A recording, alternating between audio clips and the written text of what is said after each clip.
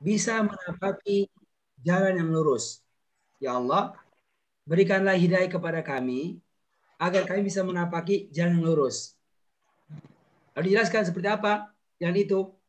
Siratal ladzina, yaitu jalannya orang-orang yang an'amallahu alaihim.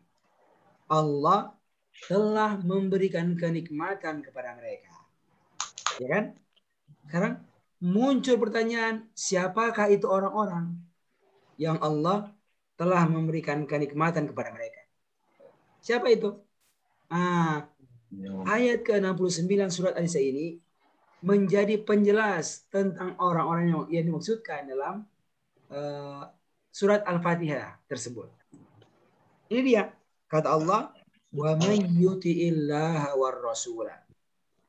Barang siapa yang taat kepada Allah dan Rasulnya, faulaika, maka mereka itu akan dikumpulkan ma'a bersama. Siapa? Ma'allazina an'amallahu alaihim. Bersama orang-orang yang Allah telah memberikan kenikmatan kepada mereka. Nah, ini dia. Menjelaskan siapakah mereka itu? Ada 4 golongan. Ya. Ini penjelasannya, yaitu satu adalah minan nabiyyin, para nabinya. Inilah golongan yang telah menapaki jalan yang lurus itu. Yang kita meminta kepada Allah agar kita bisa menapaki jalan itu juga. Hanya para nabi. Yang kedua adalah wasiddiqin. Dari kata sidik, ya benar. Orang-orang yang menetapi kebenaran. Orang yang menetapi kebenaran. Yang ketiga adalah wasyuhada, orang-orang yang mati syahid fisabilillah. Dan yang keempat secara umum adalah wassolihin, orang-orang yang soleh sepanjang zaman. Jadi inilah 4 golongan yang Masya Allah nyatakan sebagai orang-orang yang telah mendapatkan kenikmatan kepada mereka. Jadi kita diminta kepada Allah agar kita bisa menapaki jalan, ya, yang telah dilewati oleh orang-orang yang telah diberikan nikmat pada mereka, nikmat istiqomahan di dunia, nikmat surga di akhirat, yaitu para nabi, para siddiqin, para syuhada, dan para sholihin. Nah, sekarang bagaimana caranya sekalian? Caranya disebutkan di sini caranya, yaitu wa may yuti'illaha war rasulah. Itu sebenarnya begitu. Barang siapa yang taat kepada Allah dan Rasulnya. Itu singkat bahasanya itu. Taat kepada Allah jelas dalam bentuk melaksanakan tuntunannya dalam Al-Quran. Taat Rasul dalam bentuk melaksanakan tuntunannya dalam sabda beliau alaihi salatu wasallam. Dalam sunnah beliau alaihi salatu wasallam. Nah, itulah jalan hidayah. Itu jalan hidayah itu. Yang kita minta kepada Allah agar kita bisa menapaki jalan tersebut.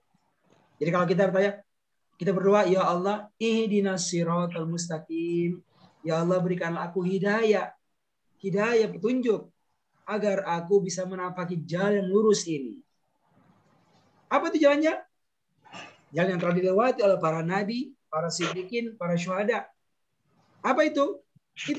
Itu jalan ketaatan kepada Allah dan jalan ketaatan kepada Rasulnya Muhammad SAW. Jadi sepanjang zaman, dimanapun orang itu berada, ketika dia punya keadaan sebagai orang yang taat Allah demikian pun taat Rasul, maka insya Allah, maka semoga mereka itu akan Allah kumpulkan dalam barisan orang-orang yang Masya Allah berikan kepada mereka kenikmatan di dunia berupa keistiqomahan, dan tentu puncaknya adalah di akhirat. Kesempatan untuk bisa bersama mereka. Di mana? Kembali di dalam surganya. Nah, itu nanti Pak, di akhirat surga. Dan kalau Allah izinkan seorang itu yang berusaha untuk taat Allah Rasulnya masuk surga, dikumpulkan bersama mereka, Pak. Nah, maka apa kata Allah? Di ujung ayat kata Allah, ulaika wa hasuna ulaika rafiqa. Hasun itu kata Hasan. Ya, sangat baik. Mereka itu Rafiqah sebagai teman kita.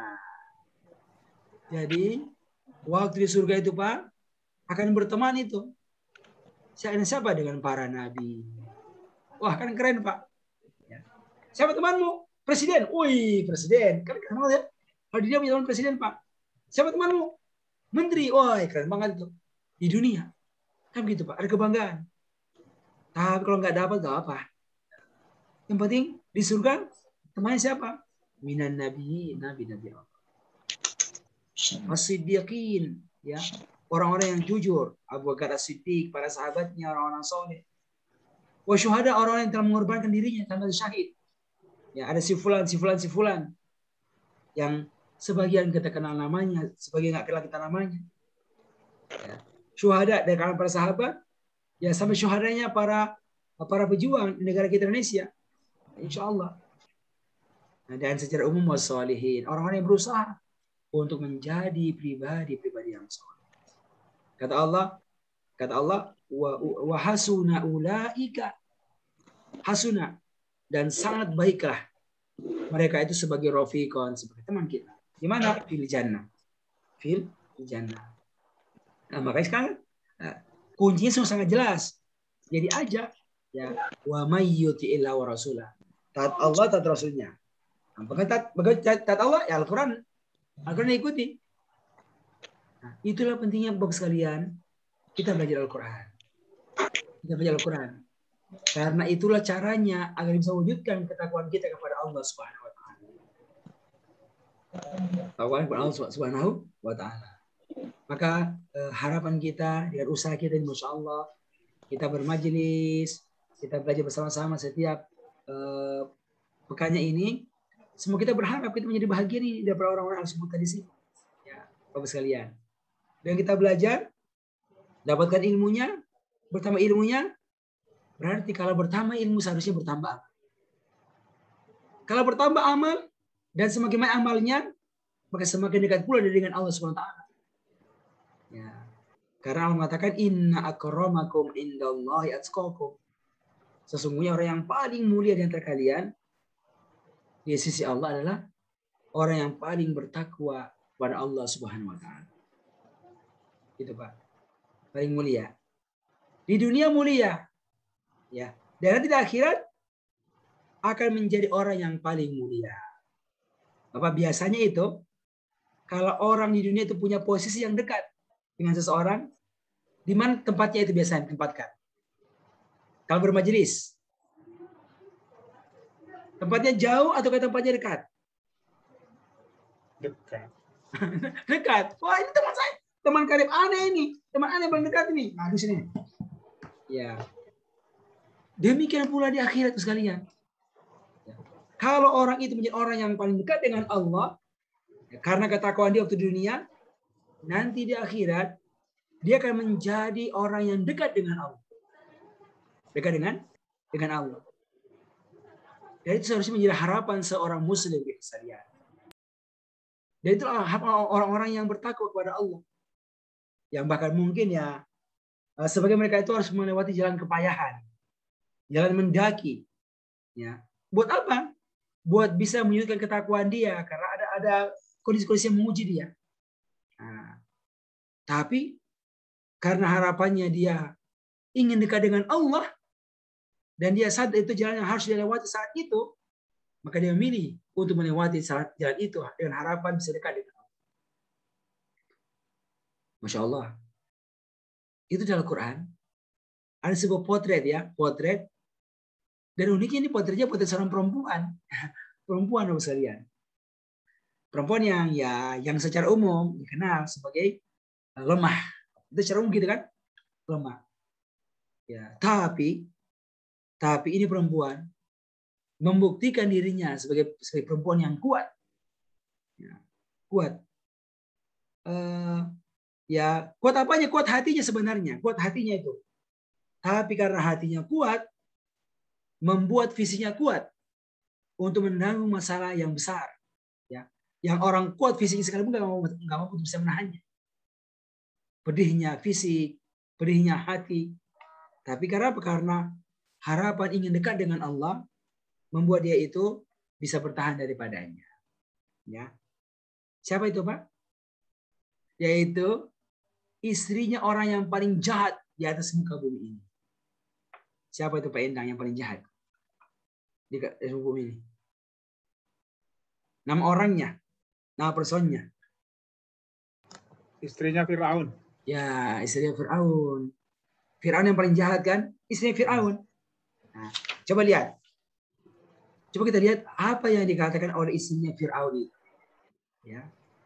Ketika ketahuan oleh suaminya, wah ini istriku nih, pendukungnya musuh bebuyutan, tempo. Bayangkan dia di pendukungnya Musa, gitu. Pendukungnya Musa. Oke, ya kan kalau ketahuan, bayangkan kalau ketahuan itu sama raja lagi ketahuan. Bisa-bisa dihabisin itu kan, disiksa, ditolimi. Tapi dia nggak memilih, dia memilih bertahan. Nah, akhirnya Allah abadikan di Al-Quran, yaitu di surat terakhir juz ke-28. Nah, coba dilihat. Surat apa itu Pak? Surat At-Tahrim. Nah, coba kita buka. Surat terakhir juz ke-28.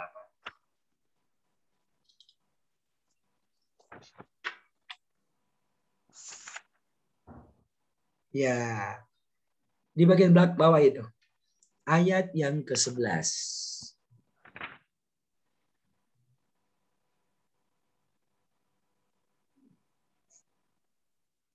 Ini bagus banget ya. Ada ayat 10 sampai ayat ke-12. Ini adalah permisalan, contoh person-person. Ya. Satu contoh baik, yang dua contoh buruk. Yang pertama contoh buruk, yang kedua contoh baik. Ya. Tapi semuanya apa? Lihat perempuan. Lihat perempuan. Contoh buruk lewat perempuan. Contoh baik juga lihat perempuan. Oke. Sudah Pak ya? Nah, coba. Coba dibaca Pak Rahmat ayatnya. Halaman ke-561. Surat At-Tahrim.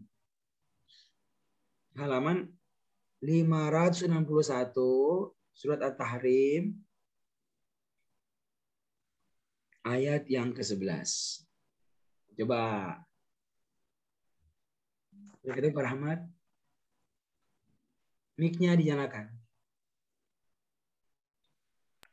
Ya, oke. A'udzubillahiminasyaitonirrajim. Bismillahirrahmanirrahim. Wa daraballahu mathalan lillazina amanu imra'ata fir'aun idh qalat rabbi ibni li indaka bayna fil jannati wa najjinni min fir'auna wa amalihi wa najjinni minal qaumiz zalimin. Coba dibaca Pak. Coba diterjemahkan coba, Pak Rahmat. Dan Allah membuat perumpamaan bagi orang-orang yang beriman, istri Fir'aun ketika dia berkata, wahai Tuhanku, bangunkanlah untukku sebuah rumah di sisimu dalam surga dan selamatkanlah aku dari Fir'aun dan perbuatannya. Dan selamatkanlah aku dari kaum yang zalim. Ya, oke Pak. Ini saya doanya lebih istri Fir'aun. Ya. Apa kata Allah? Kata Allah, wa daraballahu masala. Jadi Allah telah membuat masalah itu permisalan. Contoh, teladan. Masya Allah. Lilladzina amanu, bagi orang-orang yang beriman. Jadi kalau mau jadi orang beriman, ini contohnya nih. Kira-kira gitu ya. Kalau kita orang beriman, sejati, beri contoh mana? Ini orangnya. Siapa itu? Imro'ata Fir'aun. Ya, istri Fir'aun. Istri Fir'aun. Oke. Jadi Anda bayangkan siapa istri Fir'aun? Wah, Fir'aun kan raja pembesar. Ya kan gitu kan? Tapi Allah kok buat dia sebagai contoh. Berarti orang baik gitu. Orang baik. Kenapa? Karena pada akhirnya ketika Musa mendakwai Fir'aun dan kaumnya untuk beribadah hanya kepada Allah. Dan meninggalkan kekejian perkataannya mengatakan ana rabbukumul a'la, kata Fir'aun. Akulah Tuhan kalian yang paling tinggi. Subhanallah. Bilangnya apa sih? Rabbuk, Tuhan kalian. Kan itu kata Rabb apa artinya itu? Maknanya itu. Akulah pemilik kalian. Akulah yang pengatur hidup kalian. Akulah yang mengatur hidupmu, matimu, rezekimu. Ini begitu ya, karena kalau dia membunuh orang, ya orang bunuh. Kalau dia bilang orang hidup. Kira-kira gitu gambarannya. Maka dia bilang, ana rabbukum wa'ala. Akulah Tuhan kalian yang paling tinggi. Maka Allah mengutus langsung dua nabi itu, dua rasul. Langsung dua. Satu Musa dan dua adalah Harun. Untuk mendakwai Fir'aun dan kaumnya tersebut. Agar beribadah hanya kepada Allah Subhanahu wa taala. Dan tidak mengklaim dia sebagai Rabb. Yang kedua adalah ya, meninggalkan penzaliman kepada Bani Israel. Meninggalkan penzaliman kepada Bani Israel. Ya. Kira begitu ya. Hanya beribadah kepada Allah. Waktu didakwai dengan cara yang bagus, ternyata nggak direspon ya. Tetap ceritanya itu kan akhirnya nantang, akhirnya ada duel ya. Musa lemparkan tongkat jadi ular dan seterusnya, panjang ceritanya itu. Itu pun belum buat mereka beriman. Tapi ketika Musa mendakwai Fir'aun kaumnya, ya, di belakang itu ada yang dengar itu. Ya, siapa? Istrinya. Dan ternyata iman itu masuk dan menembus hati imra'atu Fir'aun, istri Fir'aun. Dan akhirnya beriman. Ya. Bapak bisa bayangkan nggak, Pak? Kalau ada orang, ya, orang yang selama dirawat, dilayani, diberikan fasilitas, kemudian menjadi pendukung musuhnya. Bagaimana itu, Pak? Dan bagaimana kalau ketahuan? Ya, ketahuan. Wah, itu hukumannya pasti paling berat itu di antara semuanya. Ya. Kira-kira itu yang kita bisa tangkap dari siapa? Dari istrinya Firaun yang bernama Asia. Ya akhirnya ya dizolimi dan seterusnya. Tapi Masya Allah dia tetap istiqomah dalam ketaatan kepada Allah. Bapak Ibu sekalian, perhatikan. Apa yang membuat dia bisa bertahan? Karena ada impiannya, ada harapannya. Nah, dia tahu itu ketika dakwah oleh Musa, apa efek daripada tersebut. Betul, zahir di dunia tinggalkan pengakuan Fir'aun sebagai Tuhan, oke? Tinggalkan mentaati Fir'aun, itu efek di dunia, kan gitu. Tapi bukan cuma itu, ada efek di akhirat, itu jauh lebih besar. Jauh besar. Kalau dia nggak dapatkan di dunia, ada yang besar yang diharapkan. Nah, itu yang ternyata membuat dia bisa kokoh. Dan itu yang diabadikan oleh Allah di sini. Berupa apa? Untean doanya kepada Allah dalam ujian tersebut. Nah ini kata Allah, ketika qalat, dia perempuan, yaitu istri Firaun berkata, qalat, ketika dia berkata, ya Rabbi, wahai Tuhanku. Ya, dia menyebut kata Rabbi. Rabbi artinya, ya Allah, engkau pengaturku. Engkau pengatur urusanku. Ya, engkau yang sekarang buat Firaun tahu tentang diriku. Engkau yang masukkan iman dalam hatiku. Engkau yang mengujiku. Itu kan kata Rabbi itu. Rabbi, wahai Tuhanku. Inilah keadaanku sekarang ini. Tapi ya Rabbi, ibnili, bangunkanlah untukku. Ibni itu dikata bina. Bina, bangunkanlah untukku. Apa? Indaka di sisimu. Ini dia, Pak. Apa kata indaka di sisimu? Artinya dekat denganmu ya Allah. Bangunkan untukku dekat denganmu. Indaka ya Allah. Baitam fil jannah. Sebuah surga, sebuah rumah di surga. Baitan. Kalaulah kau harus kehilangan rumah di dunia, bahkan istana di dunia ini, tak apa. Tak apa. Yang penting kau ridha ya Allah untuk ibn ini baitan fil jannah.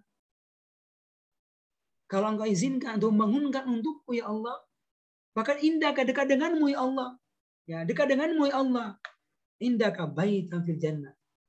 Sebuah rumah di surga. Masya Allah. Itu harapan sekalian. Itu harapan dia ketika dia zalimi. Ini Masya Allah. Sekalian, sebuah ungkapan yang sangat luar biasa dari orang-orang yang soleh. Orang-orang soleh yang Allah abadikan dalam Al-Quran. Nanti akhirnya ketemu dengan mereka ini Pak. Wahasuna ulaika rafiqa. Akan menjadi orang-orang yang terbaik. Teman terbaik di surga Allah Subhanahu wa Ta'ala. Ini. Lalu dia lanjutkan doanya. Wa najjini min fir'aun. Ya Allah, selamatkanlah aku dari Fir'aun. Wa amali, dan perbuatannya itu. Ya Allah, selamatkan aku juga. Wa najjini minal qaumiz zalimin. Dan selamatkan aku ya Allah dari golongan, dari kaum yang zalim. Ya. Kan ada usaha ya untuk menzalimi dia. Dia minta maaf ya, selamatkan aku dari penzaliman orang-orang yang zalim. Dari Fir'aun demikian pula perbuatannya ya. Nah, ini Bapak dan Ibu saya muliakan. Ini Masya Allah, ya Allah abadikan di Al-Quran. Dan ini awalnya kan diturunkan sama siapa? Sama Nabi. Buat apa? Nabi laki-laki. Allah turunkan ayat ini agar Nabi laki-laki bisa mengambil pelajaran seorang perempuan. Perempuan. Masya Allah. Si siapa? Walaupun dia perempuan, tapi dia mampu tunjukkan dia punya kekokohan. Ya, dalam mempertahankan imannya kepada Allah SWT. Kan saat itu Nabi dalam kondisi seperti Asia ini, si Firaun. Ini kan aja di Mekah ini Pak. Aja di Mekah ceritanya ini. Masuk kategori surat Makkiyah. Kalau salah Makkiyah ya. Itu sama berdakwah. Berdakwah kan ada tekanan dari orang-orang kafir. Nah, tapi Masya Allah, Allah ingin menguatkan Nabi saya dengan ayat seperti ini. Nah, agar bisa menjadi masalah, contoh, pelajaran bagi semua orang beriman. Nah, itu zaman Nabi begitu. Dan Allah jaga ini Al-Quran dan pada kita sampai kepada kita dengan harapan kita bisa mengambil pelajaran Bapak dan sekalian dari ayat. Masya Allah. Maka itu kata Nabi itu, apa kata Nabi itu? Kata Nabi itu, apa istilahnya, orang-orang yang hebat dari laki-laki itu banyak. Ya. Orang-orang yang hebat dari laki-laki itu banyak. Tapi kalau dari perempuan itu nggak banyak.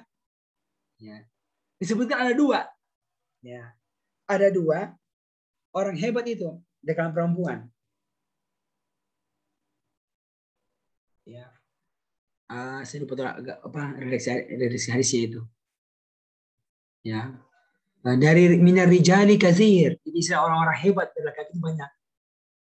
Tapi dari perempuan itu qalil. Disebutkan dua perempuan itu. Ya. Satu siapa? Satu adalah Imra'atu Fir'aun. Imra'atu Fir'aun.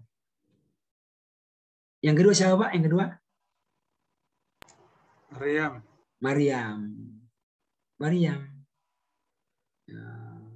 Ibunya Nabi Isa alaihissalam. Masya Allah. Dan dua ini menjadi contoh ya, yang Allah abadikan di Al-Quran. Ada hadis, ada ayatnya itu. Nah, ayat ini tentang siapa? Tentang Asia Imra'atu Fir'aun. Istri Fir'aun. Nah, nanti surat Maryam. Maryam itu cerita tentang Maryam. Kekokohan dalam apa? Dalam menanggung ujian ya, yang Allah berikan kepadanya. Apa tujuannya Pak? Allah takdirkan dia hamil tanpa suami. Wah, kebayang nggak Pak? Itu kan awalnya orang kenal. Wih, Masya Allah, luar biasa ini Maryam ini. Apa? Anaknya Imran. Orang tuanya orang-orang hebat, ahli ibadah. Ya, kan dia bernazar, ya Allah, saya mau punya laki-laki, gitu ceritanya itu. Ya Allah, minta laki. Tapi ketika hadir anaknya perempuan, Maryam. Ya, tapi karena sudah dikasih oleh Allah, udah dia diserahkan sama untuk apa, sebagai khidmat untuk masjid. Ya kayak gitu ya. Nah, dikasih kepada Nabi Zakaria yang urus itu. Yang jaga itu Maryam. Maka jaga itu Maryam. Tapi Maryam apa? Jaga heran-heran. Kenapa kok? Kalau dia ibadah itu rezekinya banyak. Ya kayak rezekinya itu. Anna lagi hadza. Ya kan? Begitu saat Maryam itu. Maryam, dari mana ini semua ini? Rezeki-rezekinya ini ya kayak makanan atau apa kan? Dari mana ini? Dari Allah ini. Dari Allah. Ya. Apa yang ceritanya itu? Akhirnya dia semakin tumbuh dewasa, semakin besar. Oke, dikenal, wih, masya Allah, ini cewek idaman nih kalau begini nih. Ya, tapi nggak ada yang melamar, belum ada yang melamar. Tiba-tiba ditakdirkan dia hamil. Ya, dikabarkan itu kamu akan hamil, itu akan punya anak kan? Tapi bagaimana saya bisa punya anak? Orang nggak punya suami. Ya, itu hayyin bagi Allah, mudah bagi Allah. Akhirnya benar. Akhirnya dia hamil itu, Pak. Hamil. Dia kaget betul tuh. Bagaimana saya hamil ini nggak ada suami? Macam-macam nggak ada suami. Akhirnya dia menyingkir. Tinggalkan kotanya itu. Dia menyingkir ke tempat yang agak jauh. Ya. Sebagian besar perutnya itu. Ya. Mau melahirkan. Akhirnya dia peganglah sebuah pohon kurma digoyang-goyang untuk bisa menahan sakitnya itu. Sampai keluar itu anak itu tersebut. Keluar. Anaknya itu keluar sekalian. Ya. Bagaimana? Ya dia mau dibawa ke orang tuanya kan, ke kampungnya itu. Bisa kebayang Pak. Datang itu Maryam bawa anak. Orang kampung lihat, wih, Maryam, dari mana ini anak ini? Mana suamimu? Mana suamimu? Kak, Maryam nggak bisa bicara. Bicara apa? Ya, Maryam, kok bagaimana bisa? Bapakmu orang baik, ibumu bukan pezina. Bagaimana bisa begini? Maryam nggak bisa ngomong. Ya, tapi subhanallah kan udah nggak usah ngomong. Ya, itu aja. Tunjuk kepada apa? Kepada bayi ini. Tunjuk. Apa ini? Bayi kecil bisa ngomong. Akhirnya apa? Masya Allah, akhirnya ngomong itu bayi. Dan siapa itu dirinya? Saya adalah dari Allah ini, dari Nabi. Masya Allah. Itu banyak ceritanya. Tapi Masya Allah, dari kisah itu nanti sebenarnya itu ada hikmahnya apa? Kekokohan dia. Ya. Dalam menang ujian ambil kepada dia. Kalau banyak orang apa? Wah, mending mati aja deh daripada begini keadaannya. Ya. Mencemarkan nama diri, nama orang tua, mending bunuh diri aja. Ya kan? Tapi ketika sudah dia sadar itu dari Allah semuanya, takdir dari Allah, maka dia terima itu. Terima itu. Akhirnya Allah akan derajatnya sepanjang zaman dan bahkan diabadikan kisah dalam Al-Quran. Ya, maka katakan dua orang hebat dari perempuan itu. Satu adalah Asia ini dan dua adalah Maryam. Masya Allah. Nah, kesedihan. Subhanallah. Ini semuanya Allah berikan di Al-Quran. Buat apa? Buat jadi pelajaran bagi kita para kesedihan. Tapi ini memang masalah hati ya. Masalah hati. Dan hati itu sekalian perlu terus dipupuk, dirawat, dikuatkan. Karena ketika hati itu kuat, maka badan mampu untuk bisa menanggung beban. Ya. Badan mampu untuk bisa menanggung sabetan pedang, tusukan tombak. Begitu. Ya. Beratnya ujian, lapar yang berkepanjangan. Semuanya dari hati sebenarnya itu. Karena hati adalah raja. Ya. Bukan. Maka Al-Quran adalah apa? Adalah gizinya itu hati. Ilmu itu adalah gizinya itu hati. Ya. Itu yang perlu diisi. Maka ketika orang mengisi hatinya dengan Al-Quran, dengan ilmu, nah, itu yang membuat dia siap ya untuk menerima hal-hal yang berat, ya, yang mungkin banyak orang tidak sadari. Masya Allah. Ya. Maka dia merupakan ruh itu Al-Quran, ruh, dan ilmu adalah merupakan makanan untuk hati kita ini, misalnya. Maka ketika hatinya itu baik, maka hati akan menjadi tenang. Nah, dan kalau hatinya tenang, Pak, maka dia siap untuk menghadapi apa saja di dunia ini. Ya. Makanya apa kata Allah? Ala bi dzikrillahi tatmainnul qulub. Ala bizikrillah. Ala ingatlah. Bizikrillah dengan berzikir kepada Allah. Ingat Allah, Pak. Dan ingat Allah yang utama adalah dengan Al-Quran. Ya. Itu zikir Allah yang paling utama adalah Al-Quran. Dibaca, difahami, dipelajari, diamalkan. Itulah zikir yang paling utama. Ketika orang berzikir dengan Al-Quran, apa yang terjadi? Kata Allah, hasilnya tatma'innul qulub. Hati akan menjadi tenang. Hati akan menjadi apa? Tenang, Pak. Kalau hati sudah tenang itu, mau diapain aja tenang aja tuh. Nanti kayak ada yang di penjara, ada yang ditembak, itu tenang aja. Kenapa? Karena ini semuanya dia sadari bagian dari Allah Subhanahu wa Ta'ala. Maka subhanallah ya, penting sekali memang kita punya perhatian bagaimana punya gizi-gizi, punya makanan-makanan untuk bisa menguatkan hati kita ini. Al-Quran adalah hal yang paling utama. Nanti Pak, itu di akhirat siapa yang dipanggil?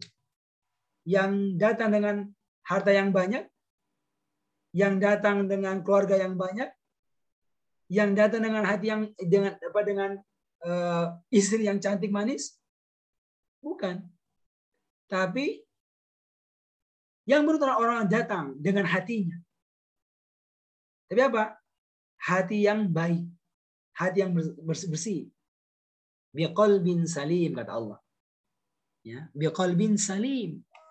Orang yang datang kepada Allah biqalbin salim, dengan hati yang salim, yang selamat dari keburukan. Masya Allah. Nah, sekarang bagaimana itu cara yang bisa buat itu hati jadi baik itu? Dia butuh gizi. Dia butuh gizi.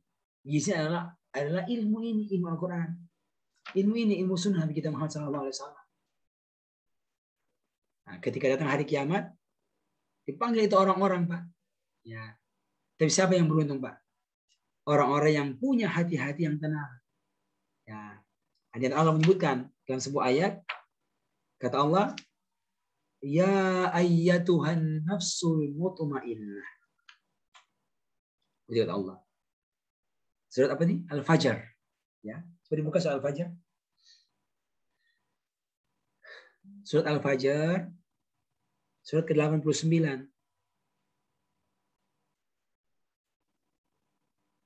Apa ya? 89. Nah, ayat yang ke-27.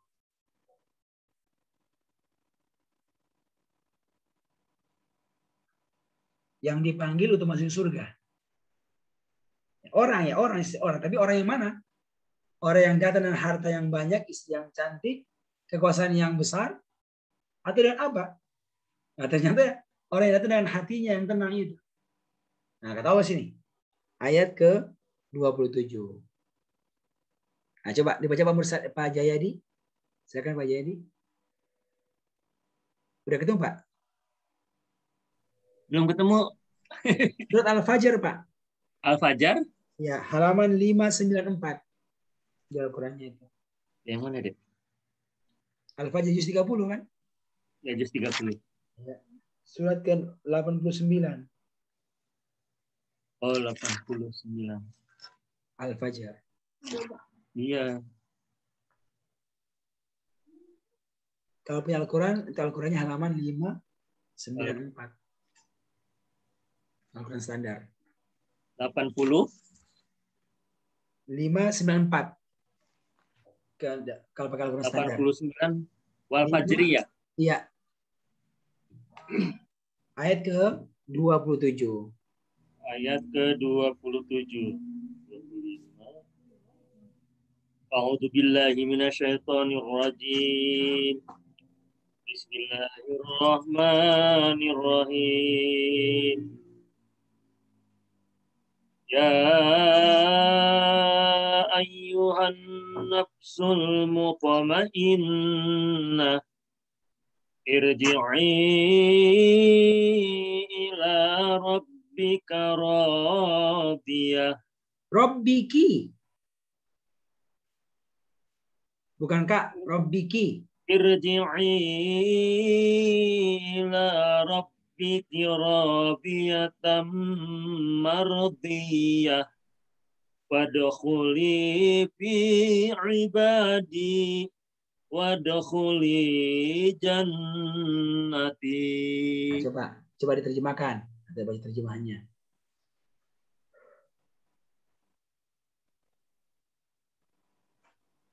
Hai jiwa yang tenang, kembalilah kepada Tuhanmu dengan hati yang puas lagi diridhoinya. Maka masuklah ke dalam jamaah hamba-hambaku dan masuklah ke dalam surgaku. Iya kan? Barakallahu azim. Ini Allah menyeru Pak. Ya ayyatuhan nafsul mutmainnah. Ya ayyuha. Wahai. Siapa? An-nafsul mutmainnah. Jiwa yang tenang. Ini hati nih Pak. Ya, hati yang tenang. Kenapa? Tenang karena imannya kepada Allah. Tenang karena amalnya yang soleh itu. Gitu. Jadi orang punya jiwa. Kayak gitu. Tapi jiwa yang tenang. Tenang. Kata Allah, nanti di akhirat ketika dia hendak meninggal dunia, dan hari akhirat kata Allah, irji'i ila rabbiki. Kembalilah kamu kepada Tuhanmu. Ya. Kembali kepada Tuhanmu. Tapi dalam keadaan radiyah, ridho. Ya. Ridho, mardiyah, diridhoi. Masya Allah. Dua itu Pak. Pertama, radiyah. Dia ridho. Dengan apa Pak? Dengan apa yang dia akan dapatkan dari Allah. Dengan apa Allah akan berikan kepadanya. Mardiyah, dia juga diridhoi. Allah ridho kepada apa yang dia perbuat. Masya Allah. Jadi irji'i ila rabbiki. Kembalilah engkau, wahai jiwa yang tenang, kepada Tuhanmu, dalam keadaan engkau akan radhi, engkau akan ridho. Dengan pemberian balasan dari Allah. Dan mardi engkau akan diridhoi oleh Allah. Ya, Allah puas dengan apa yang kau perbuat waktu di dunia itu. Itu Pak, dipanggil. Selanjutnya kata Allah, fadakhuli fi ibadi. Maka masuklah engkau pemilik jiwa yang tenang itu fi ibadi. Di dalam golongan, kelompok orang-orang hamba-hambaku yang soleh. Oke, sudah. Jadi gabung. Satu kelompok ini, orang-orang yang soleh ini. Apalagi Pak selanjutnya? Wadkhuli jannati. Lalu barang-barang bersama hamba-hambaku yang soleh itu, kemudian kata Allah, masuklah jannati ke dalam surga. Ke surga. Masya Allah. Ini insya Allah sangat jelas, Bapak sekalian. Ya, sangat jelas bagaimana ayat ini menjelaskan tentang pentingnya itu jiwa yang tenang. Dan tenang itu adalah dengan zikir kepada Allah. Dan zikir itu adalah Al-Quran ini. Al-Quran ini. Maka subhanallah sekalian, ya beruntunglah ya bagi pribadi yang Allah berikan hidayah. Bisa berkumpul, bisa bersama dengan orang-orang yang berusaha untuk bisa mensucikan hatinya, ya. Berusaha untuk bisa membaguskan hatinya. Nggak banyak bapak dan sekalian orang-orang yang peduli dengan hati. Ya. Tapi kalau peduli perutnya, wah itu banyak banget peduli perutnya. Peduli rumahnya, wah itu banyak kita. Peduli mobilnya, wah itu banyak kita. Tapi yang peduli hatinya nggak banyak. Kenapa? Karena dia secara zahir itu nggak kelihatan. Nggak kelihatan itu. Nggak kelihatan. Dan orang tuh banyak yang lebih peduli dengan apa yang zahir. Penampakan fisiknya, ya, penampakan rumahnya dan seterusnya. Tapi ayat ini mengingatkan diri kita, ya, dan siapa orang yang akan beruntung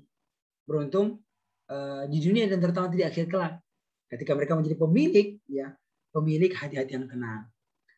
Kulit, ya, tubuh boleh tidak bagus dalam penampakan manusia, ya, karena warna kulitnya, ya, karena tubuhnya yang tidak ideal dalam manusia. Boleh itu.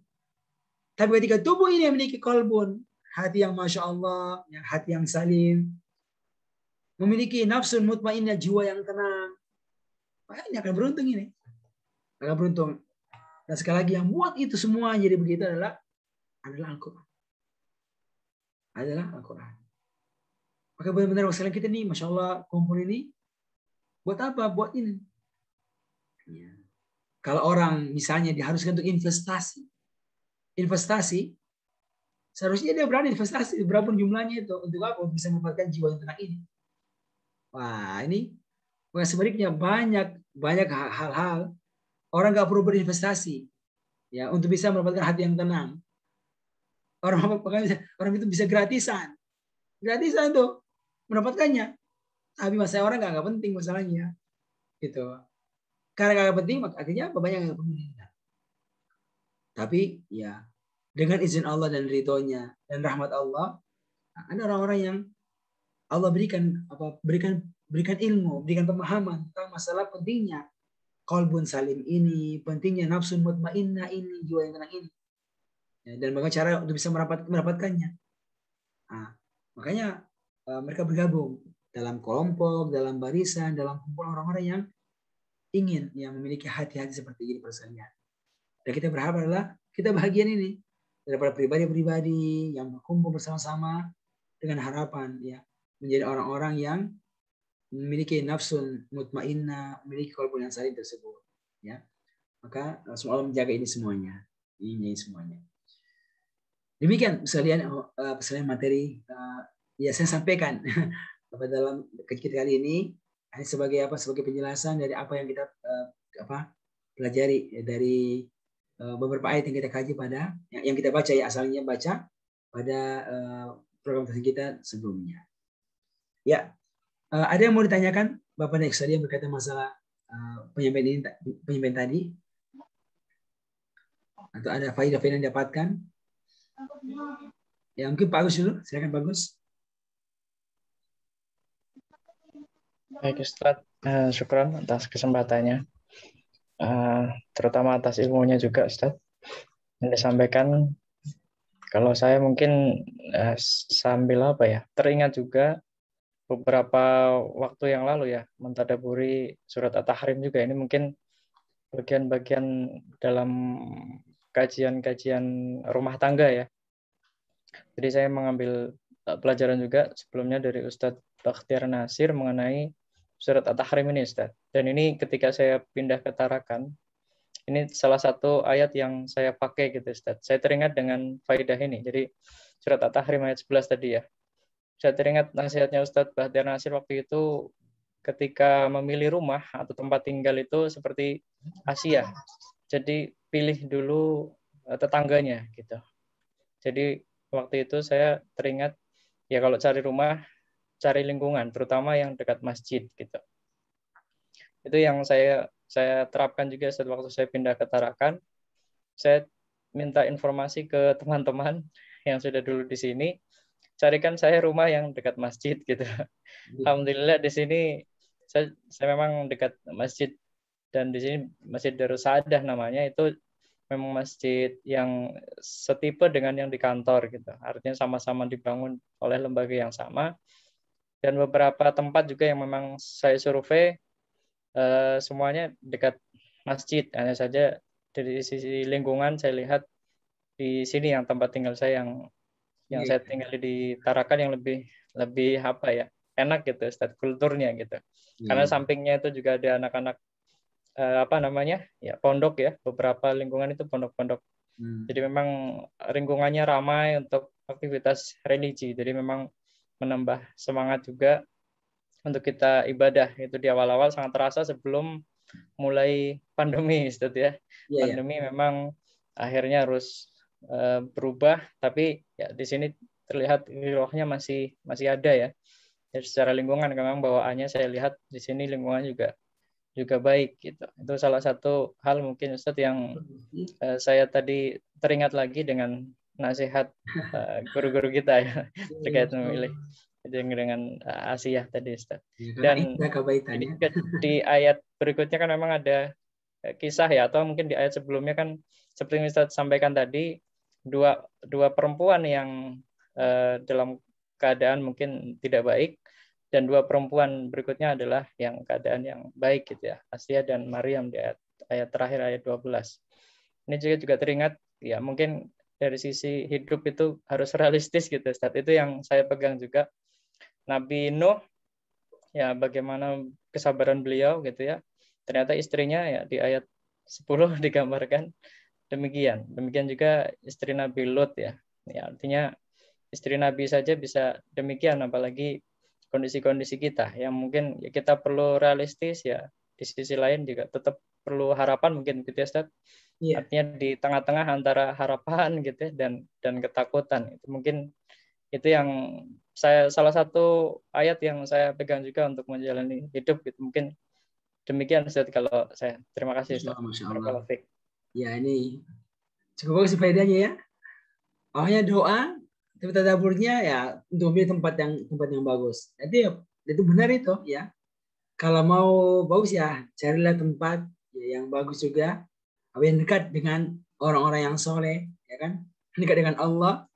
Nah gitu. Masya Allah. Kalau Pak Indang, ada faedah-faedah yang dapatkan Pak Indang?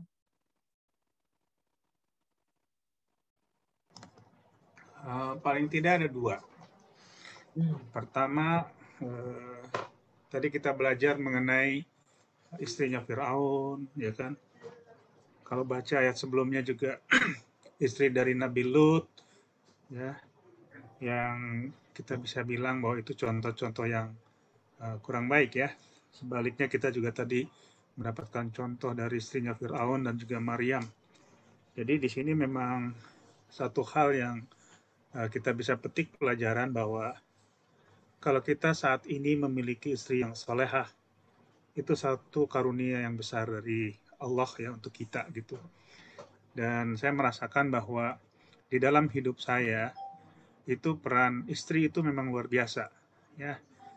Dan ini kalau kita kaitkan dengan ayat yang terakhir yang kita sama-sama baca di Al-Fajr itu, memang bagi kita, bagi suami, kalau kita tenang ya, insya Allah semua hal yang kita lakukan itu juga akan baik gitu. Iya, betul. Dan salah satunya adalah tentu saja kalau kita memiliki seorang istri yang membuat kita tenang. Ya. Saya bersyukur karena istri saya selalu jagain saya sedemikian rupa, sehingga insya Allah saya selalu hati-hati di dalam bersikap, bersifat, berkata pun, atau juga pada saat-saat bergaul ya. Karena ya itu memang satu karunia yang saya rasakan. Dan kita sama-sama saling support di dalam kebaikan, saling ingetin, saling doain, dan saya pikir salah satu kekayaan yang saya miliki itu adalah karena saya punya istri yang Allah berikan saat ini kepada saya. Jadi itu satu hal. Yang kedua, kaitan dengan ayat-ayat terakhir yang kita baca, Ustadz saya ini seorang terapis, tepatnya hipnoterapis. Jadi salah satu yang dilakukan sebagai seorang terapis ketika membantu klien ataupun subjeknya untuk terhindar dari persoalan hidupnya adalah mengkondisikan dia dalam kondisi yang tenang. Yeah. Nah, sehingga ini yang kerap kali saya lakukan pada waktu membantu klien ketika ingin terlepas dari persoalannya, terutama persoalan-persoalan yang menyangkut kondisi psikologis, psikis, atau juga untuk psikosomatis. Nah, jadi salah satu syarat penting untuk bisa melakukan proses penyembuhan, meskipun kita meyakini Allah yang menyembuhkan, itu adalah membuat kondisi tenang dari si klien. Dan itu satu hal yang mutlak. Karena ketika kondisi tenang itu dia bisa dapatkan, karena biasanya seorang terapis akan memunculkan perasaan tidak nyaman itu, apapun itu, setinggi mungkin sehingga benar-benar tidak merasa nyaman, lalu kita kondisikan, kembalikan dia ke kondisi yang tenang, dan disitulah baru kita berikan sugesti-sugesti yang positif, maka insya Allah dengan izin Allah biasanya sembuh. Ya, penyakit-penyakit yang sifatnya psikologis, psikis ya, mental, atau juga mungkin yang sifatnya psikosomatik. Mungkin Dr. Ahmad lebih tahu lah, karena ada beberapa penyakit yang sifatnya psikosomatik. Jadi penyakit fisik yang disebabkan karena kejiwaan. Salah satunya mungkin kayak penyakit MA, kayak alergi dan sebagainya. Itu ada banyak. Nah, jadi menurut saya ayat ini menginspirasi banget ya, bahwa memang sejalan dengan yang biasa saya lakukan, bahwa ketika kita bisa mendapatkan kondisi tenang di dalam hidup kita, maka itu sebagai karunia. Karena sebetulnya dengan ketenangan itulah kita bisa berpikir jernih, bisa punya perasaan yang baik, pikiran yang baik, bisa punya motivasi yang baik untuk hidup kita yang lebih baik. Itu saja komentar dari saya, Ustadz. Ya, Masya Allah, mantap banget ini ya. Ya, artinya pentingnya ketenangan dalam hidup ya. Ketika orang itu hidupnya tenang, banyak hal yang bisa didapatkan ya. Masya Allah, alhamdulillah. Mungkin Dr. Rahmat bisa berikan pengayaan, Rahmat. Ya Ustaz, alhamdulillah banyak sekali yang kita bisa dapatkan ya. Ya betul tadi Pak Endang katakan bahwa ada penyakit psikosomatis. Jadi kalau ada kegelisahan itu bisa aja muncul bermacam-macam penyakit yang kadang kalau dilihat ya gejalanya tidak khas sebenarnya. Jadi cuma karena jiwanya yang tidak tenang sehingga bisa timbul keluhan-keluhan. Itu yang namanya kita sebut penyakit psikosomatis. Jadi bisa timbul gastritis, asam lambungnya meningkat. Itu tentu salah satu karena jiwa kita yang tidak tenang. Alhamdulillah Ustaz sudah lebih menjelaskan lagi kepada kita untuk jiwa yang tenang ya kita harus dekat dengan Al-Quran, dekat Allah, dekat Nabi ya. Sehingga kalau kita sudah yakin dan sudah terisi jiwa kita, apalagi yang kita harus ragukan. Tinggal kita istiqomah saja dan menjaga supaya lingkungan kita itu mendukung ya seperti saat ini. Alhamdulillah Ustaz, walaupun kadang kegiatan kita sepekan, ya, kadang ada godaan-godaan, kadang letih sedikit misalnya, karena untuk menjaga agar supaya jiwa ini tetap istiqomah, makanya kadang kita harus paksakan. Kalau dulu mungkin ada alasan-alasan, capek sedikit istirahat. Tapi alhamdulillah sekarang Ustaz, capek sedikit, capek berat, ya tetap harus ikut seperti itu. Dan alhamdulillah ya Ustaz juga konsisten untuk selalu melaksanakan, tidak pernah terlewatkan kita punya pengajian ini. Kalaupun tertunda, itu sebagai motivasi juga bagi saya bahwa Ustaz saja yang waktunya demikian sibuknya masih sempat-sempatnya juga menyisakan untuk kita-kita ini ya. Jadi suatu penghargaan yang luar biasa untuk Ustaz yang betul-betul mau menjaga kita, menarik kita untuk supaya kita tetap istiqomah. Jadi intinya Ustaz, bagaimana kalau kita sudah mengisi jiwa kita yang tenang, bagaimana kita menjaga supaya kita tetap istiqomah dengan punya komunitas seperti ini. Itu barangkali yang saya dapat Ustaz. Terima kasih. Ya. Assalamualaikum warahmatullahi wabarakatuh. Tenang ya. Jadi ngapain orang tenang Pak? Karena orang mau bahagia. Ya? Ya. Orang itu hidup ngapain hidup? Ngapain punya duit banyak sebenarnya? Ngapain punya jabatan yang tinggi? Karena mau bahagia, sebenarnya gitu. Kunci bahagia sebenarnya. Tapi ya ternyata yang paling bahagia siapa? Yang punya sesuatu yang buat dia jadi tenang. Kalau punya harta buat dia nggak tenang, berarti bukan harta penyebabnya. Kalau jabatan yang tinggi buat dia nggak tenang, berarti bukan faktor kebahagiaan itu. Ya. Karena yang buat orang itu bahagia ketika dia bisa tenang. Tenang. Orang miskin tidur di jalanan, tapi dia tenang banget tuh. Kenapa? Dia nggak mikirin utangnya, dia nggak mikirin makannya, nggak ada itu aja. Dia tenang aja gitu. Wah itu paling berharga. Maka sekalian, saya tadi ingat tuh perkataan Pak Endang ya masalah istri ya, wah itu luar biasa Pak. Dan ternyata itu ada hadisnya Pak Endang, ada hadisnya. Saya baca hadisnya ini ya. Apa kata Nabi? Ini riwayatnya Ibnu Hibban ini sama Imam Ahmad. Kata Nabi, arbaun minas sa'adah. Ya, arbaun ada 4 perkara. Minas sa'adah dari kebahagiaan. Jadi 4 perkara ini kalau orang miliki, ya, itu insya Allah bisa buat itu bahagia. Bahagia. Nampak dari wajahnya, gitu kan? Nampak dari hidupnya, betul. Oke. Apa aja itu Pak Rahmat? Pak Endang? Ya. Number 1, kata number 1. Al-mar'atu sholihah. Itu istri yang soleh. Oh itu nomor 1 itu Pak Mut itu. Ya, nomor 1 almar'atus soleha. Ya, jadi kalau punya istri yang soleh. Jadi walaupun tinggal di rumah yang sempit, ya apa itu ya S4, ya sangat-sangat sempit, ya apa-apa. Tapi kalau istrinya soleh, masya Allah makan mau sendiri. Gitu. Itu pertama kata Nabi ya, almar'atus soleh. Terus, ini akan bertambah bahagianya Pak. Kalau apa? Kalau dapatkan yang kedua. Apa itu? Kata Nabi, wal maskanul wasi'. Maksudnya punya tempat tinggal yang luas. Ya. Ya tipe rumahnya itu Pak, ya tipe 36, 45, 70. Ini kalau apa? Kalau semakin luas itu, berarti apa? Semakin bahagia itu pemilik apa? Itu orang. Disebutkan. Jadi kalau sudah punya istri yang baik, yang perhatian, kerjaan jadi baik, punya duit, ya beli rumah yang lebih gede. Kira gitu. Itu wajar itu. Buat apa? Buat menggembirakan hati istri. Ya. Karena kalau hati istri sudah senang, masya Allah terjaga itu. Itu yang kedua. Ya. Kedua kata Nabi, wal maskanul wasi. Oke, sekarang udah punya istri, punya rumah kan Pak? Punya rumah. Apa yang ketiga? Ya, ini rumah kita. Yang ketiga apa? Wal jarus soleh. Anak yang soleh. Jar, tetangga yang soleh. Wah, kalau punya tetangga samping itu masya Allah baik. Waduh, itu mantap banget tuh.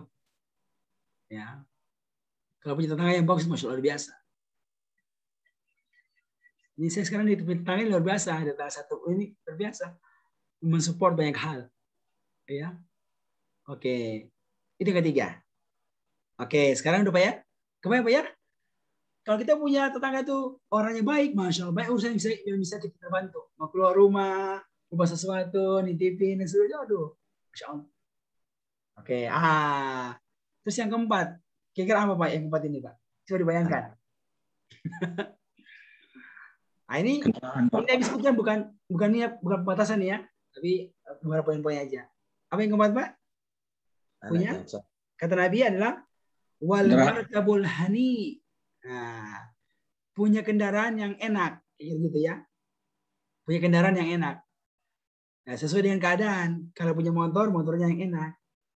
Gitu. Kalau punya mobil yang enak. Jadi nggak mesti mewah, nggak mesti mahal. Yang penting apa? Bagus. Nah gitu, bagus. Nggak macet-macet. Nggak bermasalah. Itu markabul hani. Nah, jadi kalau keempat perkara yang berkumpul di seseorang, masya Allah luar biasa itu. Nah, maka berarti apa? Berarti kalau orang sudah tahu itu adalah perkara yang buat dia bisa bahagia, maka boleh dan dianjurkan dia berusaha untuk bisa mendapatkan itu semuanya. Ketika mau menikah nih, bagaimana bisa mendapatkan istri yang solehah ini?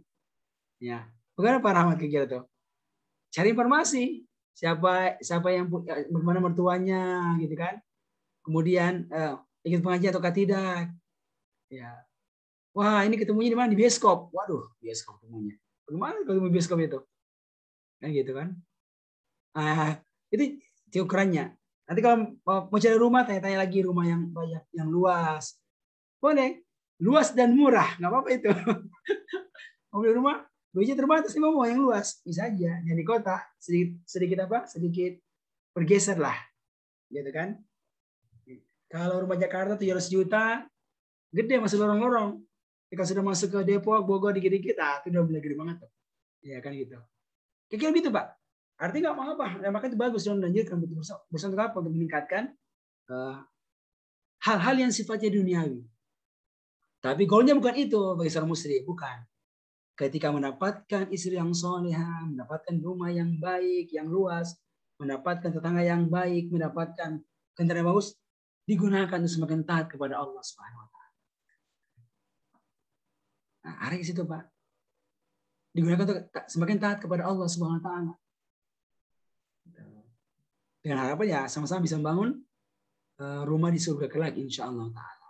Makanya butuh misi kebersamaan antara keluarga, antar istri, bagaimana kita bisa bangun ini. Nah, ini semuanya. Oke Pak ya, mungkin itu beberapa faedah yang bisa saya sampaikan pada malam hari ini. Masih pas jam 9 malam ya. Waktu Jakarta jam 10 waktu bagian barat, bagian timur, bagian tengah ya. Ya, semoga malam hari ini penuh keberkahan ini kita kumpulnya ini. Masya Allah. Oke Pak ya, mungkin cukup ya untuk malam hari ini Pak. Alhamdulillah bahagia sekali bisa bersama-sama dapat kembali informasi ya, pengayaan dari Pak Endang, Pak Agus, dan Pak Rahmat dan juga yang lainnya. Bapak sekalian, jangan kira yang tidak bicara itu nggak memberikan andil. Oh, jangan kira. Ya. Hadirnya kita puasa itu sudah bikin semangat Pak. Hadirnya kita bikin semangat. Kan nggak sama kalau saya yang hadir cuma berdua. Ya saya sama Pak Agus berdua aja di kelas bait ini. Waduh, itu nggak seru. Kalau orangnya banyak, ya diam-diam nggak apa-apa, diam-diam itu. Karena kan nggak bisa bicara. Tapi itu sudah bisa menguatkan itu, Bapak sekalian. Ya, oke. Alhamdulillah sama Pak Zainuddin ya, Masya Allah. Alhamdulillah bisa kembali bersama-sama ini di kelas kita ini. Ya, oke, Masya Allah. Oke ya, semuanya Pak Zainuddin, Benda. Iya, malam ini bisa ikut. Iya, Masya Allah. Ya, soal mudahkan kembali Pak bisa bersama-sama ini. Oke Pak ya. Memang ini kalau kelas apa kelas, berarti memang ini agak beda ya. Jadi kelasnya memang dia kelasnya nggak bisa banyak orang. Karena secara aturan kita atau masih 20 orang. Jadi kalau ada kawan-kawan yang masih ikut dan masih tempat bisa masuk lagi. Kalau sekalinya banyak bisa dibuat kelompok baru lagi. Nanti dengan guru yang lain yang masih punya waktu untuk bisa mendampingi. Alhamdulillah sekarang kita masih bisa menerima kawan-kawan yang mau bergabung. Tapi hari ini sebagian mungkin punya uzur dan nggak sempat bergabung. Ini kalau gabung ini ya bisa 15-20 orang ini ya di kelas kita ini insyaallah. Oke. Cukup ya, Bapak-Bapak sekalian. Kita tuh doa kafaratul majlis. Subhanakallahumma wa bihamdik. Asyhadu an la ilaha